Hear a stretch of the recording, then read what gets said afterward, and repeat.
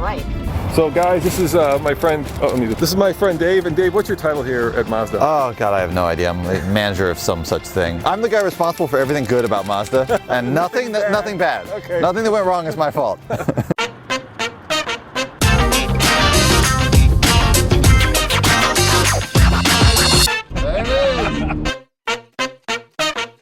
So Dave is an engineer, and one of the things he's of course done is shepherded the new Miata, the new MX-5, right? Yep. Yeah. Obviously, we're here to talk about the RX-7. You said you had one of these. Tell me about the one you had. Yeah, so I had an '83 RX-7S, the base model. Yep. It was my dad's car. He bought it new when I was like 10 years old. And nothing is more exciting to a 10-year-old than his dad buying a sports car. So I remember the whole process. I remember the salesman's name was Ernie. Okay. You know, it was. What color was it? It was gold with a brown interior, which is, yeah, it was. My dad's a very practical guy, yeah. And he's like, well, gold doesn't show dirt, I will never have to wash it, yeah. Which is a really unfortunate reason to buy a car.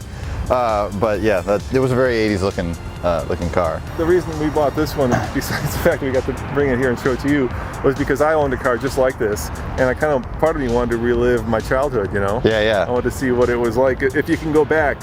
And the steering's a lot worse than you remember, huh? There's a lot of slop in it. Yeah. But the one good thing about this car was, we bought it in Colorado. We're at a mile above sea level, and it's just come to life down here. Oh yeah, sure. So it had 100 horsepower. It's got the old 12A. Yeah. And it's probably down 20 or so. Over the years these things happen, and it actually has come to life. The steering, yeah, it's more of a GS car than a sports car. I remember when this car was new. Check it out. All right. Yeah. I remember how fast it felt with 100 horsepower. This is incredible shape. It's like a time machine, huh? Yeah. Even the cassette radio works, believe it or not, and the antenna. Those things. Wow, look at that. So this is a different interior than mine did. This is more squared off. I think they had like 3 different interiors over the years. The early ones with the different bumpers. Yep. Yeah, had the different interior. Series 1, Series 2, and Series 3. Yeah. Okay. All right. I think this was built in October of '85, so I think it's one of the last ones. Right. Of the first generation built. Yeah, still manual choke. Yep, still manual. Love that. So I remember in '83, like everybody in the world had an RX-7, and so when you're driving down the road, you see another RX-7 coming, everyone would pop their headlights up at each other just to say hi. It was a little wave. Right now there's a Jeep wave. Yeah. That was the RX-7 wave back in the day. Yeah. Isn't that clean? Yeah, it is. I remember it still has the oil cooler sitting right underneath the oil filter, so every time you take the filter off, it dumps oil all over everything. I can hate that. All right, that wasn't one of the greatest designs. No, the trick is you take a screwdriver and hammer and poke a hole in the top of the filter at the beginning, and then wait 10 minutes, and the oil will drain down into the engine, and then you take it off. Periodic maintenance, you're supposed to take out the rotor and look at it? Apparently, you're supposed to take out the rotor. This seems excessive. Yeah, that would be a lot of work. Yeah, checking the oil level. Okay, I get that. That makes sense. That makes sense. But don't pull your rotors out. No, don't pull your rotors out. Check the oil level whenever refueling. Yep, if you got an oil pump, pumping oil into the carburetor, you better do that. Replace the oil filter. Yep. Replace the coolant levels. We know how to do that. Yeah. Yeah, it's all pretty easy. Well, that was a pretty easy course. Yeah. I think I passed. Yeah, you get your name and a certificate. Good luck and happy motoring. That's pretty funny. All right, let's take it for a ride. Yeah, sure. Yeah, you drive it. Oh, goody. Sweepy fit. Oh. You might have to do the choke. No, I guess it's okay without the choke. Yeah, it's still warm. Well, let's see if it brings back memories for you. Oh, sound. Oh, no, it's right there. The sound already does. Yeah, the mirror is electric. Yeah. Oh, mine didn't have that. Yeah, dude, it's electric. Look at that. Oh, look at that. Listen to that sound. That's luxury. Remember how small mirrors used to be? Oh, they're tiny, I know. Oh. Smell the rich ambiance of the oil and gas. Rich ambiance is the appropriate word, yeah. All right.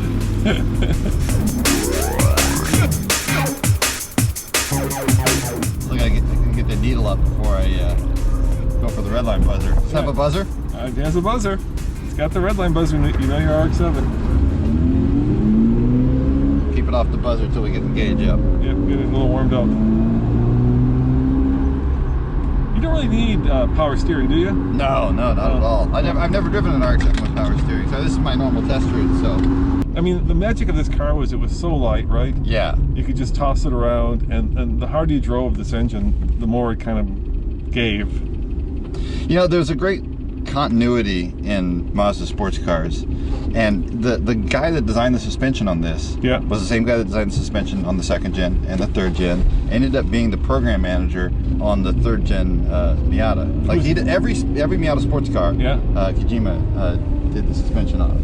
Wow. And that's probably because Mazda's still a pretty small company, right? Yeah. Yeah.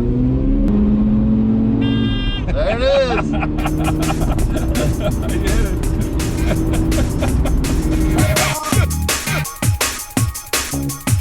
Yeah, this car's still magic. It is magic. I really fell in love with it on the drive out here. And it's just so direct and responsive. Yeah. That's another thing that's just been consistent. No, that's something that Mazda's had consistently, is we've always cared more about responsiveness than power. Yeah. And so this thing doesn't look like anything on paper, but it just feels so good to drive. Yeah, the steering is noticeable. Well, I guess it's only got 50,000 miles on it. It's got half the mileage that mine had on it. The steering is better than I remember my steering being. Maybe part of that is having those squishy tires. Everything, the squishy tires and the sloppy steering box kind of work together. Yeah. Everything's in harmony. Yeah, exactly. So maybe because I bought this car, maybe it's hard to take yourself out of this, but I think there's kind of a lot of interest right now in a renaissance of Rotary. You know, a lot of, like when we drove this here, people give us a thumbs up. Oh yeah. Hey, get a thumbs up, man. There's a lot of nostalgia right now for 80s cars. Yeah. Like, we're now old enough to be nostalgic. Yeah, exactly, which is sad. I know. That's the side of it that I don't like. But I mean, these things were so huge in the early 80s. There was so many of them around. It just sort of defines 80s sports cars.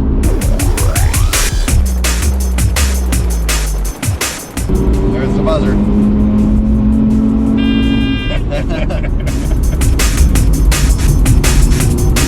Yeah, those, you can feel the shortcuts of the tires right now. Yeah. But it's still manageable, right? But the suspension was designed for terrible tires like this. Yeah. So I'm noticing a lot of the bad habits that my car had with stickier tires on it, they're not here on this car. Because this car feels perfectly balanced, much better. Like mine would get into this thing where the body would roll and then it would snap into oversteer and then snap back into understeer as the rear suspension binds up with all the extra cornering load. So what happened to your car? I ended up selling it to another Rotary nerd. Yeah. It got rear-ended. It had been hit a couple times. When my dad owned it, it got hit a couple times, and it was he slid it off a racetrack at some point once and into a tree. That didn't help. No. And then it got hit on the other side in traffic, and that messed it up. And then when I was driving, I got rear-ended. So it had been bashed and put back together a bunch of times. It handled better going left than it did right, unfortunately, because right turns is what you get to do all the time on entrance ramps, and that was the side that it didn't handle right then. So let me ask you this: can you go back in time? Does this make you feel like, you know? Oh, this is making me very nostalgic. All right. Good.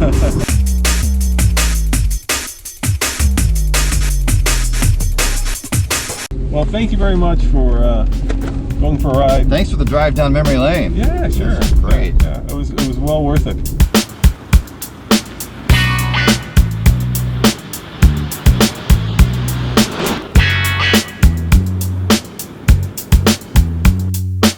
So we just got back from Mazda with Dave driving the car, and two good things happened.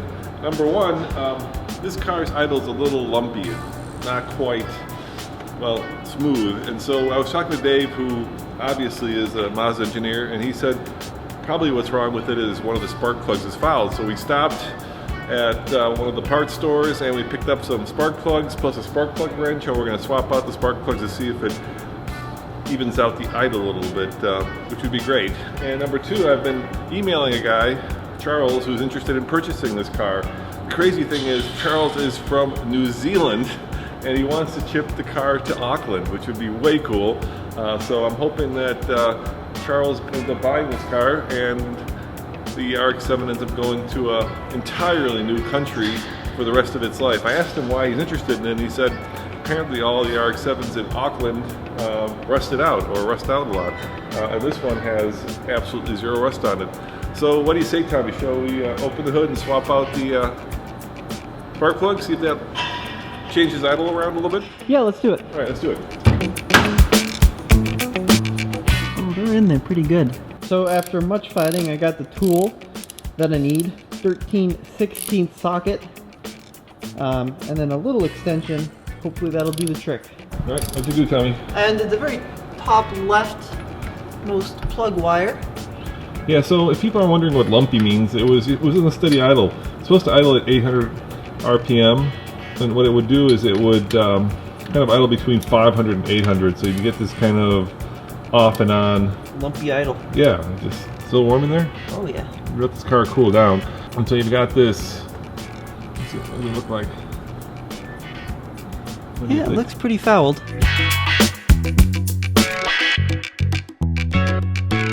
That looks pretty dirty to me, dude. Yeah. Yeah. Time to put the new one in. Let's put the new one in. Let's put it back in there. Going in. Going in.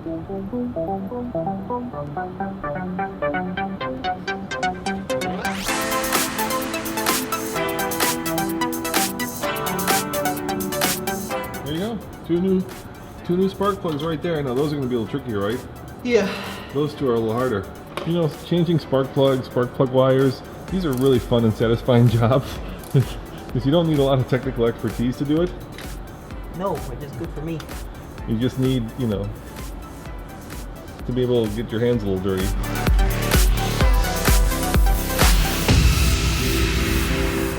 Hey, let's see if the new spark plugs did anything. That sounds good, but with the choke out, it never had any issues. So we push the choke in.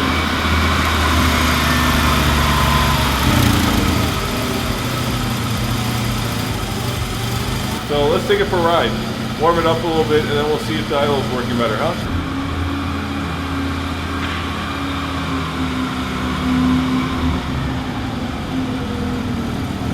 Hop in. Temperature's coming up. Slowly. Well, right now the idle is perfect, but it's because the choke's out. So we gotta warm it up to get the car to operating temperature, huh? Yeah, for sure. It's holding steady at 1100 RPM. Look at that. Not easy to warm it up in downtown LA, Tommy.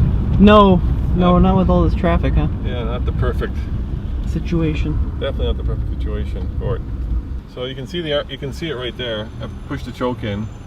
Oh, it's pretty good actually. Yeah, I think it's actually a lot steadier than it was. We're almost To halfway. halfway. Yeah, once That's where operating temp is. Yeah, once we're halfway, then we're at operating temperature for sure. It's holding about 700 RPM. Yeah, it's about right. Yeah, it feels happy. It's a happy Mazda. I think that's a win. Yeah, I think that's about as rock steady as a carbureted engine is going to run. So yeah, those spark plugs were definitely fouled. This Rotary is ready for another. How many miles can you get on a spark plug usually? Thousands of miles, tens of thousands if you treat it right. Oh, for sure. Yeah. Tommy has had to go back to school, so it's just me. And I've had a whole bunch of people who've emailed me, who've called me about the RX-7, and a bunch of them have flaked. The guy in New Zealand, never heard back from him. That's a shame. I was hoping to find the car a new home internationally. But I do have 3 guys who say they're going to come and look at it on Sunday. I've got a young kid, he's 18, his name is Kirby. I've got Carlos, and I've got James. And tomorrow is Sunday, so I'm hoping that they will all come and take a look at it. And it's really first come, first serve. I'm asking $79.50 on Craigslist, and I think that's probably a fair price here in Southern California for a car with 50,000 miles that's only going to appreciate, because it will. You know, cars are only new once. So here's what's happening with the RX-7. I've got 2 guys now who are interested in buying it. So I've got King and Carlos who are both coming to see it in the next hour. And as it would be, they both want to be here at about the same time. So we'll see what happens. This is going to be interesting because ideally you wouldn't want to have 2 buyers showing up at the same time. But, you know, I'm kind of stressed on time. I have to sell it before, well, Tuesday, and it's Sunday right now. So I've got no choice. And if these guys want to come by and take a look at it, so be it. So whichever one brings some hard cash is going to get a hell of a good car. And this should be exciting.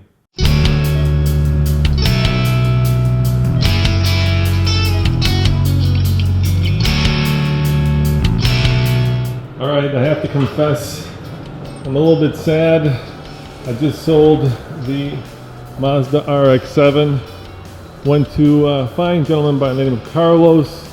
He came by, he drove it, he fell in love with it, and he bought it. So now, because I'm trying to help him out, I'm gonna go to his house and drop it off, and then he's gonna give me a ride home.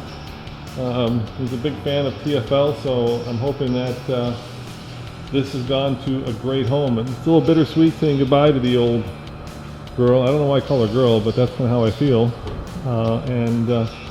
Yeah, so it's been quite the adventure. And now, like all good things, it must come to an end. So last drive in the Mazda, yeah, last drive.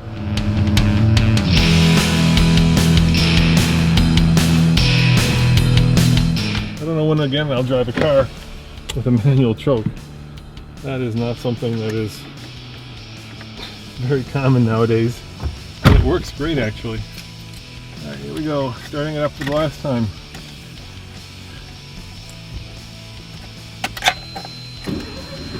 Starts right up. Headlights, rotary, purring, car, just doing great. Head northeast on South Olive Street, then turn left onto West 8th Street.